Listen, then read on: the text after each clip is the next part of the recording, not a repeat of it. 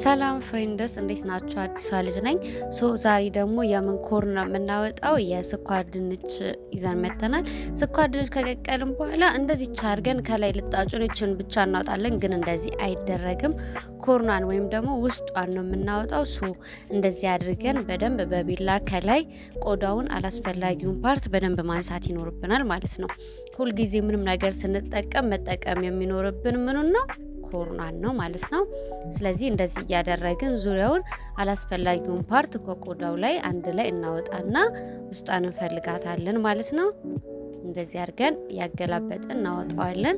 በዚህ በኩልም ልክ እንደዚህ እችን ጫፏ ላይ ያለችዋንም ልክ እንደዚህ አድርገን ቆርጠን እናወጣታለን። ከዛ እችን የመሰለች የምታምር ቆንጆዬ ኮርን እናገኛለን ማለት ነው።